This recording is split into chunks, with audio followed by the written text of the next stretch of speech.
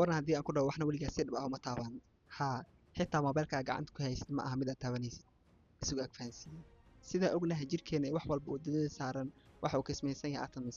Atomskaas oo leh oo ah mid positive charge ah iyo electrons buu isku wareega oo leh negative charge.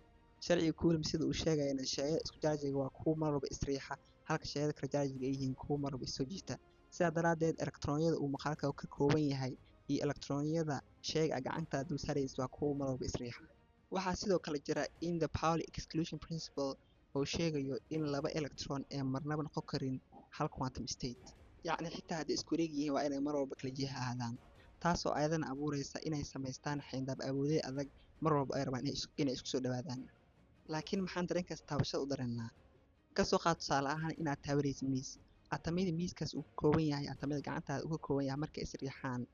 Isriixidda awooddaas iyo cadaadiska ka dhalanayso ayaa waxay tahay waxa ay neerfayaasha jirkaaga u fasiranayaan taabasho. Midaas oo ka dhigaysa dareenka taabashada dhalanteedada ugu cajiibka badan ee aan la kulanno dunidan marka la joogo heerka atomka. Laakiin tan ma beddelayso micnaha maalinlaha ee taabashada. Maadaama ay labada shay is saameynayaan, waxaan dhihi karnaa way is taabanayaan. Waxaan rajeynayaa inaad u fahanay haddii ay jiraan sheegashooyin iyo dhacdooyin aan la yaabtay ila soo wadaag si aan u aragno waxa uu saynis ka dhaho.